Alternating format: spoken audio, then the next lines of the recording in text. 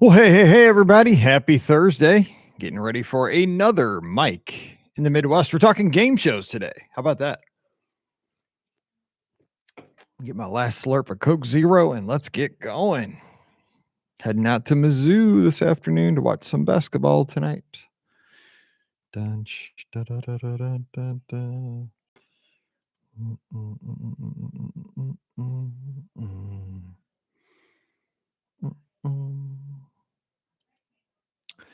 Do.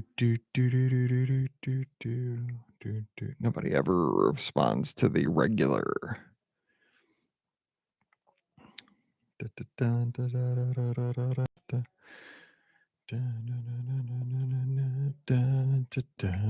Okay, here we go. Episode 36. Welcome to episode 36 of Mike in the Midwest, a mini podcast for the amazing patrons of the Be Our Guest podcast. This is Mike Rallman. Of course, I'm the host of the Be Our Guest podcast, which you can check out over at beourguestpodcast.com and wherever you get your fine podcasts, as they say. I'm so glad you're here. Thank you so much, as always, for being a patron.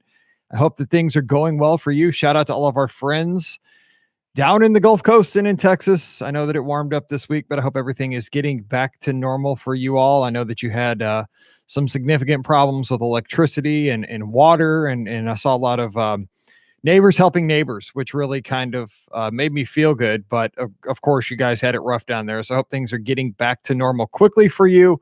We've been thinking of you here in our house, praying for you. So we're hoping you're doing well. For everybody that's out there, I hope you're having a great, wrap to your week. It's already a Thursday. We're going to make it to the weekend. Things here in the Midwest going pretty good. We had a couple of days in the 60s, if you can imagine, here in Missouri, which, if you remember, just a week ago, about 9 or 10 days ago, we were below zero at night. But now we're having kind of an early spring for a few days, which I'm all about. It's very nice to see the sun and get a taste of what's to come, hopefully, with the summer. And baseball spring training's going on. I'm so glad to see that. Just some of my favorite things are coming back. And of course, I think there's a lot of optimism in travel too. A lot of folks ask me, what does travel look like moving forward post-pandemic? And the way I see it, and again, I'm just a guy, I do work in travel, so I have a pretty keen sense on what hardcore Disney fans are feeling. But from what I'm seeing, travel still obviously has not rebounded to the point pre-pandemic. It's not even close right now. Folks are still in that beginning process of being vaccinated. The numbers are trending in the correct direction, but we're not there yet. We're not there by a long shot, but we're getting there. And I think there's a lot of optimism in travel. And what I see is I think there's a pent-up demand for travel. I think when we get comfortable with this, and that might be this summer, it could be this fall. Everybody has a different comfort level. So, I've traveled. I traveled last August and I traveled in December and felt okay. I was fine with it as long as we took a lot of precautions. But, what I'm seeing, and again, I'm talking to you, right? You're a patron of the Be Our Guest podcast. You're involved at the highest level. Thank you so much for that. But what I'm seeing is that we really, really miss those things that we got to do pre-2020. We miss going to Walt Disney World. I know a lot of my friends, I know Dennis can hear, Dennis down in Texas, speaking of Texas, one of our patrons, he loves cruising. And, we just had our latest batch of cruise cancellations just yesterday for a lot of the med cruises over the summer on the Magic over in Europe, cruises on the Disney Dream and the Fantasy through May. It's a bummer, but we do know that at some point travel is going to resume when it can do so safely. And it's, as sad as this is, working in travel, it's been a hardship because I like to travel. First of all, I do this because I love going to Walt Disney World. I love sailing on the Disney Cruise Line ships. That's the best times. I do it with my friends. I do it with my family. If you look at my phone, it's sad because at least probably 60 to 70% of my pictures are either on a Disney ship or at Walt Disney World. And, it's not sad, but it's just like, I don't have a lot of other pictures doing other things. I have some birthday parties, some Christmas, stuff like that around the house, but not a lot outside of the Disney destinations. And what that says to me is that that those places bring me joy. And I know they do for you too, right? Hopefully they bring you a lot of joy. And when you look at your phone or when Google Photos, gives you a memory, hey, check this out from 6 years ago, or check this out from 9 years ago. And it's you riding the TTA in Tomorrowland, or, it's you on the Aqueduct on the Disney Dream or something like that. That's special. And those things are going to come back. And I think that coming out of this, if there is a silver lining, which there's not really, we've had a lot of loss. We've had a lot of suffering. We've had a lot of people that have passed away. We've had a lot of people that have gotten sick. We've had a lot of folks that have had to totally change how they live their lives just because of economics, because of circumstances. And it's not been good. But I think that the thing coming out of this, I mean, I try to always be optimistic, is that the next time I can walk down Main Street USA without a mask on is going to be joyous. Like before that in 2019, I would have never thought about how awesome it is just to stroll down Main Street USA, take in the smells of the bakery without having a mask on my face. How about that next time we get to watch a fireworks show at Walt Disney World, whether it's in the hub at the Magic Kingdom or possibly even sooner here at, Harmonious at Epcot could happen this summer, I'm hearing. So just those little things, I think we're going to appreciate more. Not that we didn't before, because I'm a big proponent of Walt Disney World has a lot of small experiences that really make Walt Disney World what it is. Walt Disney World itself is very cool because it's like an onion with so many levels that you can peel back, right? You can go down there at first and really enjoy the e-ticket attractions. You go there for the stuff you see on the commercials. If I see this commercial all the time, it shows the Millennium Falcon. Ironically enough, it shows staying with giraffes right outside your door, which would be Animal Kingdom Lodge, which is closed right now. I guess they're talking about the villas over at Kidani. But it shows those, those big things, Seven Dwarfs Mine Train, eating at Cinderella's royal table in the castle. And I get that, right? That's the outermost layer of the onion that everybody really tends to enjoy. But if you're here tuned in with me today here on this patron exclusive Mike in the Midwest, as I'm kind of starting with a monologue that's a little bit crazy, I think that we've gotten past that upper level, which we still enjoy doing those things. Don't get me wrong. I like going on Space Mountain. I like Seven Dwarfs Mine Train. It's a lot of fun, but there's many trips where I don't do any of those things. For me now, it's more of the, and this is like probably 4 or 5 layers down in the onion, but it's listening to a background loop on a bench in Adventureland. That's awesome. While I'm having some kind of a snack, whether it's a Dole Whip or an egg roll or something like that, that's where I'm at. And there's probably 3 or 4 levels in between that top level and the level I'm speaking of. And I think that's what makes Walt Disney World great, because the first time you're there, you're all about, we got to do the rides. We talk about them as rides. I think as you get more involved in your Disney fandom, we walk away from calling them rides and we start calling them attractions, because it's not just the physical ride where you're moving, right? When you're going on Expedition Everest, the ride is the roller coaster. But how about the queue? You're going through a mini museum that pays homage to the Yeti. That's part of the overall attraction. And, even if you have to stand in the long queue, you're going inside, you're going outside, you got all the bells that you can ring. And apparently if you ring the bells in the right direction, which it drives my wife crazy when people start ringing the bells, you can play like It's a Small World, or there's some song that plays if you hit them in the right order. I've never figured it out, but it's an attraction. It's not just a ride like you get at Six Flags. So kind of a long monologue, but coming out of this, I think that we're going to appreciate the small things more. We're going to see those multiple levels of the onion, just to go down and just stroll through Disney Springs, and really just walk around and, be able to think about that. Like right now, you cannot walk around and snack. How crazy is that, right? If you'd have said that in 2019, that you cannot at this point walk through World Showcase, drinking a beer, if you're a beer drinker, or, having a one of those Grey Goose things from France, or just having a Coke Zero and a nachos from Mexico. You can't walk and eat. And that's what World Showcase, that's like World Showcase's signature move, right? You grab something to drink, or you grab a little snack and you stroll and you shop and you watch live performers and stuff like that. Can't do it right now, but it's coming. It is. I promise you, it's coming soon.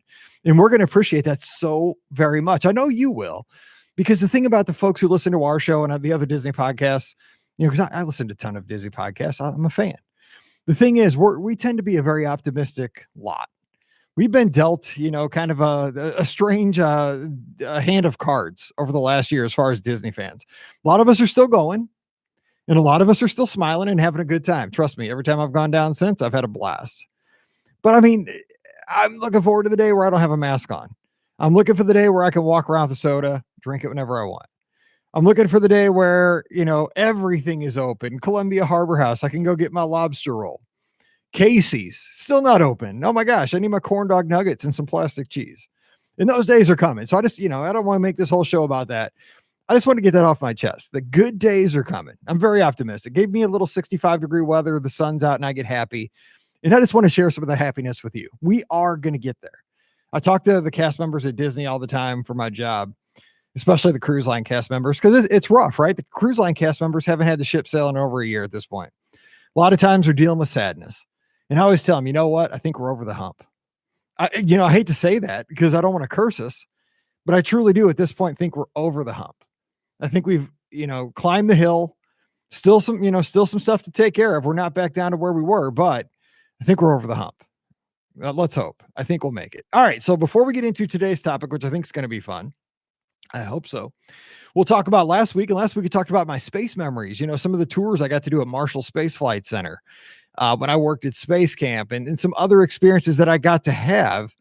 Driving Krista McAuliffe's wife or Krista McAuliffe's mother around Space Camp when she came to visit to talk to our teachers. But this was all brought about by the Perseverance,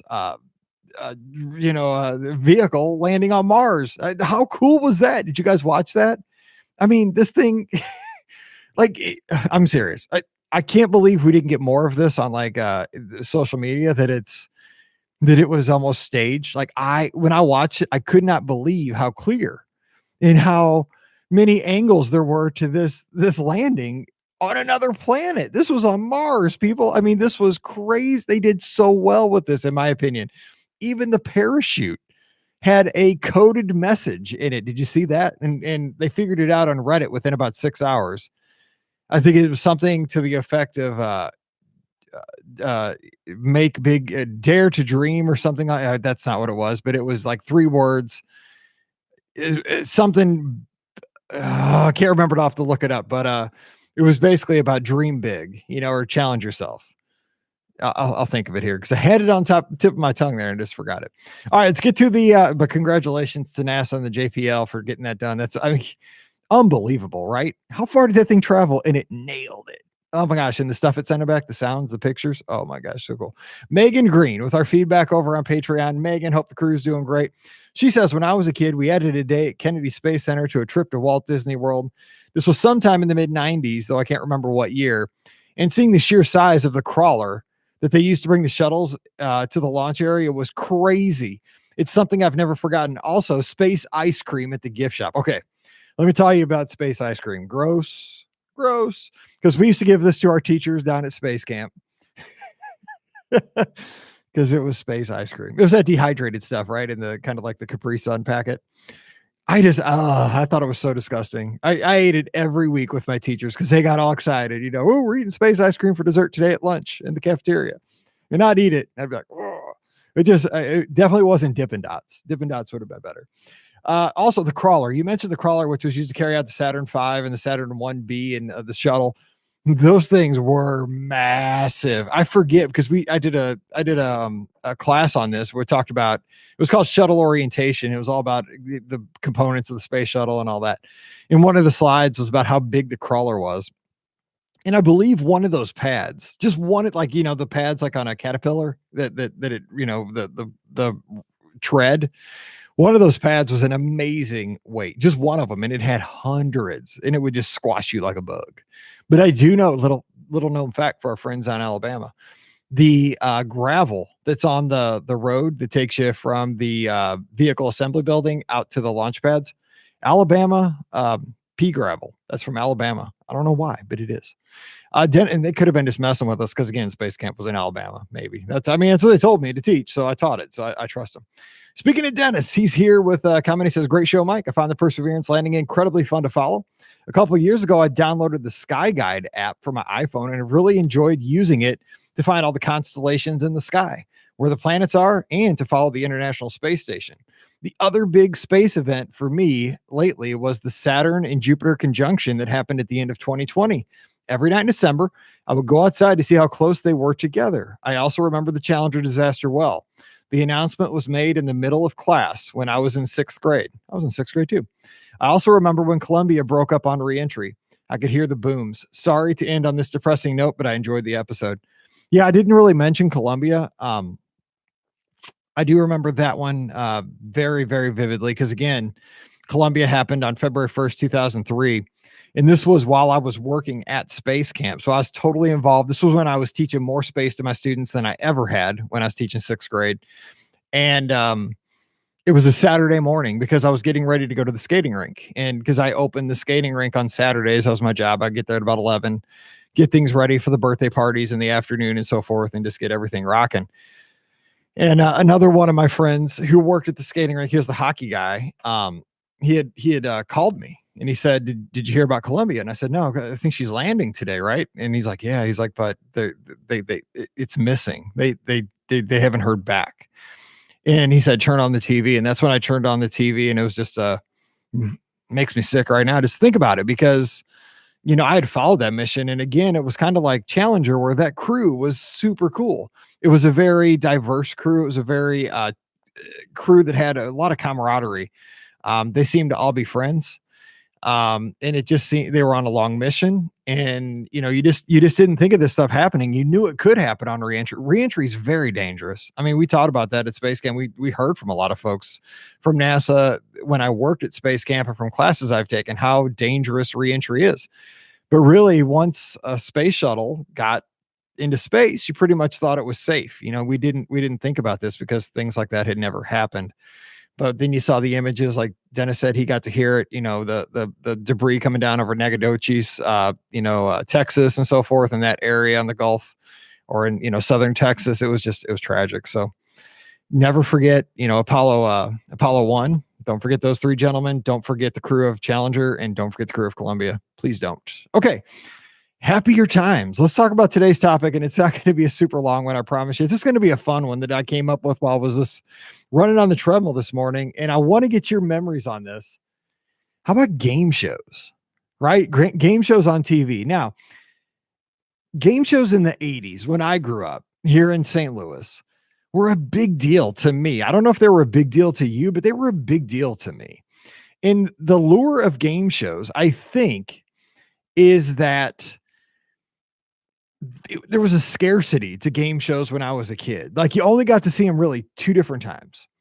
You got to see game shows in the summer when you were off school, and occasionally you got to see game shows if you were home from school sick. Okay, so the one game show that I got to talk about, I'm going to talk about some of my favorites. And of course, game shows nowadays, they've changed, right? I mean, is Big Brother a game show? Is Survivor a game show? No, that's more reality TV. But I mean, you are playing for a prize. You have all those kind of NBC game shows now, like with Ellen hosting them, or Minute to Win It. Game shows have kind of gone off the shark right now, I think. Give me an 80s game show. So I'm going to talk about some of those. I want to hear your feedback, though, because I like the obscure ones that weren't on real long, but they were really, really fun. So give me your favorite game shows for next week so I can share those here on the show, on the Patreon feedback over on the page. Okay, so first of all, what's the classic game show for an 80s kid? I mean, right? It's got to be The Price is Right, right? With Bob Barker. I mean, everybody watched this. In St. Louis, when I was a kid, it was on from 10 to 11. So you would get up in the morning, you'd watch a couple game shows before it. Bob came on 10 to 11, got to watch that. And then pretty much you grab a quick lunch and you go out and play outside the rest of the day. That's kind of how it worked here. Of course, I think the joy of Price is Right is that they had so many different games, and they had some iconic games. You had the cliffhanger, and you had the big wheel, and you had, eventually you got Plinko. Plinko is the jam. I love Plinko. That's one of my, and I love the shell game. Bob Barker would do those shells, that tennis ball. It was just fun. And I think everybody likes some Price is Right back in the day. Now, Drew Carey does a pretty good job, but he's no Bob Barker. Nobody's Bob Barker, right? And shout out to Bob Barker. You did a great job. All right. Alfred's watching live, and he just hit the second one I was going to talk about. It's the original Press Your Luck. Now, this was on in St. Louis before The Price is Right. This was on at 9 or 9:30. And I think the thing about the Press Your Luck is that you kind of had, for me, I liked game shows that had trivia, that had some kind of where you had to answer something to really to do well. And so if you remember the original Press Your Luck with Peter Tamarkin was the host, tragically perished in a plane crash. He was flying a plane for Doctors Without Borders and crashed years ago. But you had like 4 questions. They were never hard questions. They were so simple. And if you buzzed in, or if you buzzed in and got it, off the bat, you got 3 spins. And if you just chimed in with a multiple choice, you got 1. So you would get, your questions, how many spins you got. Then you get over to the board. The board was like mesmerizing as a kid. And it still is, because I watch all these shows on Pluto TV, on the Pluto TV app. There's a channel called Buzzer, and all these shows are on. So you watch it. And the thing was, you just heard boop, boop, boop, boop, boop, boop, boop, boop, boop, and that box would bounce all around the screen there. And it'd have, the first round, you wouldn't have big prizes. You'd have some smaller things, not as much money. But man, when you got to round 2, you could hit $5,000 in a spin. Occasionally there would be a car on the board. But what did we, as a kid, and I still find myself doing this on the treadmill sometimes. I want him to hit the whammy. The whammy was why we watched Press Your Luck, right? Whammy. And then, Michael Jackson would come out dancing, or, you'd have like the Four Seasons, or it was crazy. You'd have Tammy Whamette. It was just awesome because they tied into pop culture. And they were still like, you would root for the whammy, which is crazy because the whammy was like the bankrupt slot on Wheel of Fortune. It was terrible. But the thing was, I think the reason Press Your Luck works so well is that people would get greedy. They would literally press your luck. And I'm like, you have $12,000 in front of you. If you had that in dollar bills, if you had a visual, if you could touch that $12,000 and it wasn't just a number on a screen, would you really just throw that away at a chance? I'm very conservative in things like that. That's why I don't do well at casinos. If I put $20 into a slot machine and I go up $5, I cash out, take my $25 and go home. I won $5. I'm not a gambler. But that's the thing, is like everybody roots against it. And a side note real quick, I cannot watch Deal or No Deal. That's a new game show, right? That's one that's jumped the shark. I can't watch it because that show is just greed. It's just greed. People, they'll have like $30,000 on the table and they're so greedy. I mean, I just cannot, it makes me sick, because think about what you could do with $30,000, but people got to go for the million.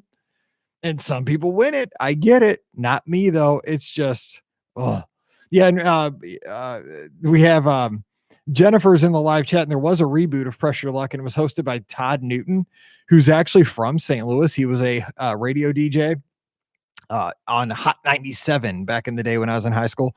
And ironically enough, he was the narrator for a Christmas show at a church I went to years and years ago, because I was like, I know that voice. And it was Todd Newton down at, I think it was in South County. It was like down in Arnold or something, Baptist church. It was neat.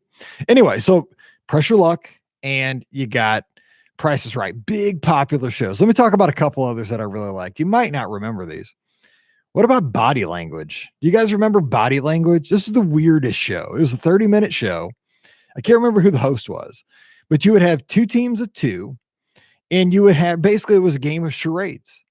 So you would have, people acting it out, and then you would, try to get it. And then what happened was the words you were acting out were part of almost like a fill in the blank puzzle. So you would, if you got 5 or 7 of them, you get, fill those in, and you have to solve the puzzle, which I always thought was kind of interesting. I mean, it was a neat looking set. It was very 80s. You'd always have one star and one regular Joe playing together. And it was kind of fun. It wasn't groundbreaking. I don't think it lasted very long. I think it was out around 85 or so, but it was a neat show because you got to see some of your, minor stars. I think, Vicky from the Love Boat was on one time. Todd Bridges from Different Strokes was on. Some of the people from Facts of Life, just people like that. That was kind of a fun show. Okay. Also, yes, Jennifer has hit another one. The chat live on YouTube as I'm recording this is hot, because you're getting some of the ones I like. Card Sharks, hosted by Bob Eubanks, was my favorite. He also hosted the Newlywed Game, but Card Sharks was also hosted by Jim Perry too. Sometimes, see, I know my hosts. But yeah, this one was just basically there wasn't a whole lot to it. It did have some questions, but they were more survey questions. We asked 100 people in jail, would you try to break out? And you had to like give a number. How many people said they would try to break out? One guy would say, or one gal would say, 67 said, and the other person would say, oh, it's higher than that. And then somebody would win and control the cards. And basically that was the show where you just said higher or lower. And so that was basically, you just always played the percentages, right? I mean, if you have a 10, you're going to say lower. And sometimes it worked out, sometimes it didn't. So there wasn't a lot of skill to that game. And then the end game or the bonus game, basically again, higher, lower, and you bet your money. So it was visual. It was kind of fun to watch, but there wasn't a whole lot of skill in that one. Let me give you another abstract one real quick. And I watch this one every day if I can on my iPad while I'm working. You may not remember the show. I don't remember the show at all from when I was a kid. It's called Blockbusters. And it's a unique show because it was hosted by what's his name? Bill Cullen. Bill Cullen's the host. And the way it worked was you had two people playing against one. You had two related people. They were called the family pair, and they played against one solo player. And so what it was, you had this board it was so 1980, like it was late 70s, early 80s. You had this board full of hexagons. And so the solo player had to connect their hexagons top to bottom, and there was only 4 they needed to get to win the game. The family pair had to go right to left or left to right. They had to go across horizontally, but they had to get 5 connecting ones together. So you would have people blocking and trying to make their path and connect side to side. And it was interesting because, you got 2-on-1. But from what I've seen, again, this is on Pluto TV at 9:30 every day on Buzzer Central. But the thing is like, I would think that the family pair would have a huge advantage, but they don't. They really don't have an advantage. From what I've seen is it's almost 50-50, the solo player against the family pair. And then of course there's a bonus game where you got to quickly, the wing team has to quickly connect side to side, get 5 in a row, and you win $5,000. But I like Bill Cullen as a host. He was a good host, and there's a lot of trivia in this one. There's a lot of questions, which I enjoy shows with questions. Another one, you guys, you must be watching over my shoulder. Alfred's here live on YouTube as I'm recording as well. He says Sale of the Century. Yes, I like this one as well. I used to watch this one at my grandma's house. It was on in the afternoons on the NBC affiliate here in St. Louis. I think it was on at 2:30 or 3. So this is one of those we didn't always catch because we were out playing. But if you came in, and for some reason, I watched this at grandma's house all the time. Jim Perry hosted this one.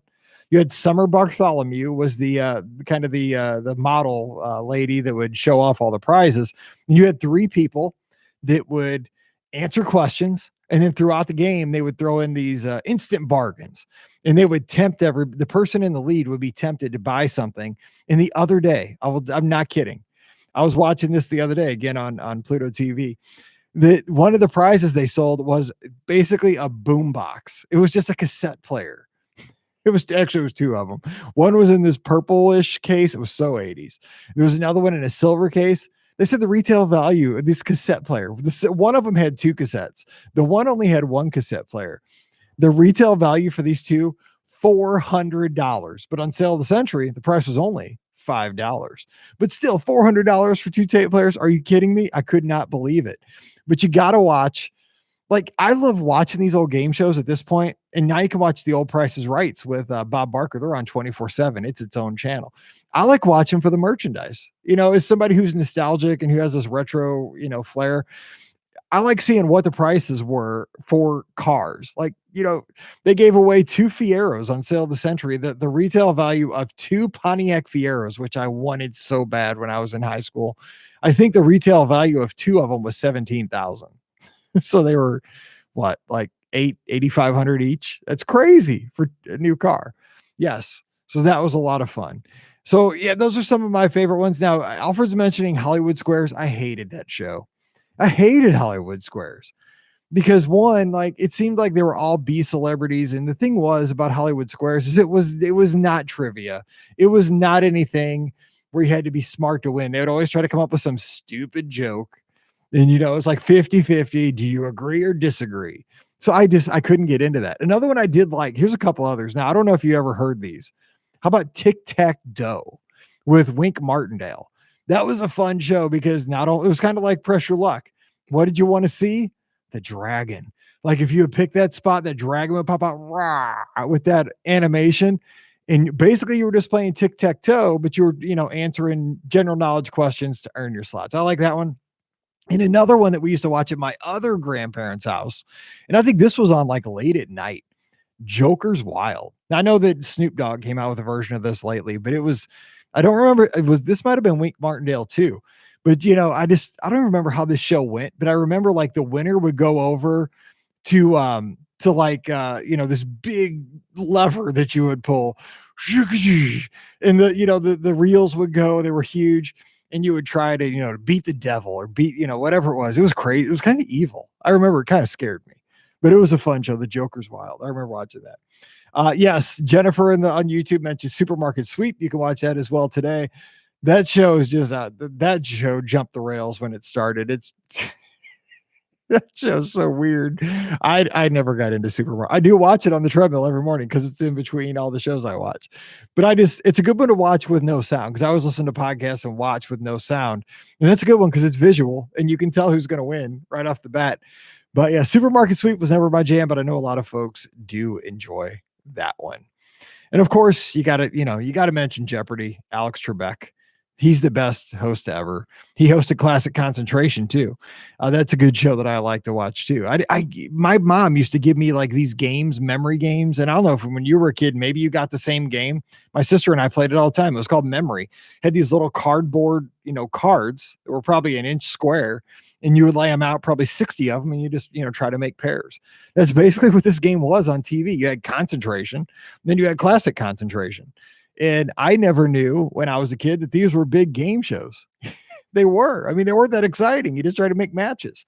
But, I think that, again, if you're nostalgic and if you kind of have a retro mind like me, the game shows take you back, not only for the visuals of the set, the colors they would use, but I think more importantly, the prizes. You would see, Lipton soup mix in the packaging. Like I remember that packaging in my pantry when I was 7, or, a gift certificate to Tasty Freeze, something like that. The prizes were fun, the fashion, what everybody wore, what the host wore, what the contestants wore, and the questions, of course, you had to think about it. Now, when I play along with Blockbusters, I got to remember that was recorded in 1980. So you got to think about like, when they do a popular culture kind of question, it's from the time period. So it's kind of fun to look back on that, but they're fun. I think that's what's great about old game shows, that they're mindless, but they're definitely a time capsule of a place and time, with not only fashion and prizes, but the questions themselves.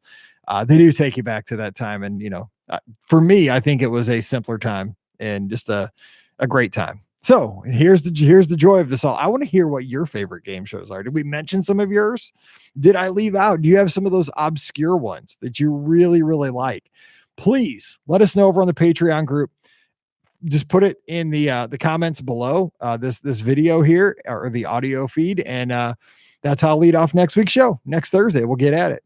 All right, well, I'm headed out to Mizzou this evening to watch the women's Mizzou basketball team play their final home game of the season. To watch Paige, and her final home game is the GA for the basketball team. So we'll be cheering on the Lady Tigers. And of course, hopefully you're enjoying the podcast with Scott.